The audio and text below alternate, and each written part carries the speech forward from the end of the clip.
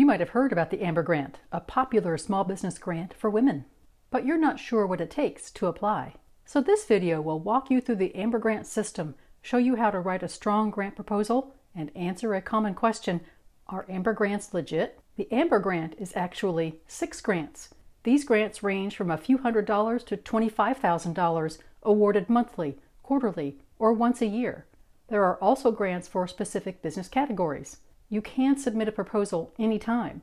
Women's Net reviews 1 month of proposals at a time and announces a winner in the middle of the next month. Women's Net will hold your proposal for an entire year to see if it fits these categories, so just apply once per year.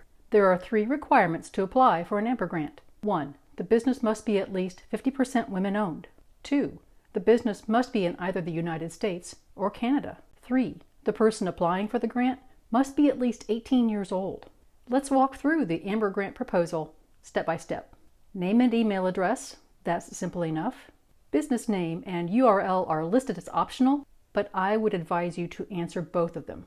A Facebook page is free, and the Amber Grant has a strong community there, so it would be good to have something to link to.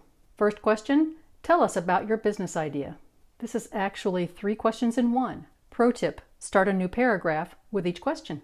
First paragraph, what motivates me is, and tell them why this business is important to you. Second paragraph, the story behind my business is, and tell them how you came up with your business idea.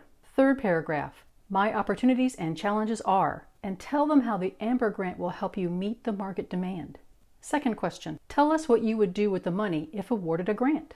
Amber Grant reviewers want specifics about how their money would be spent, such as equipment or a Facebook ad, etc. And keep a copy of this application so that you remember what you promised. They will hold you to it. Another pro tip, the Amber Grant has its own detailed advice about applying for this grant, which I recommend you read, linked below. The last step is to pay a $15 application fee. As a grant professional, I don't like this.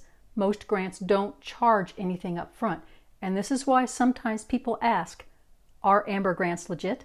My research tells me that this is a legitimate grant. I don't like that fee, but you are an adult and you can make that decision. I also learned that hundreds of women apply for this grant every month, so the competition is intense. But I've just given you solid tips and tricks that will help. I also have these videos about grants for small business. Let me know in the comments below what other grants you would like me to walk through. I'm Tiffany. Thank you for watching. See you in the next video.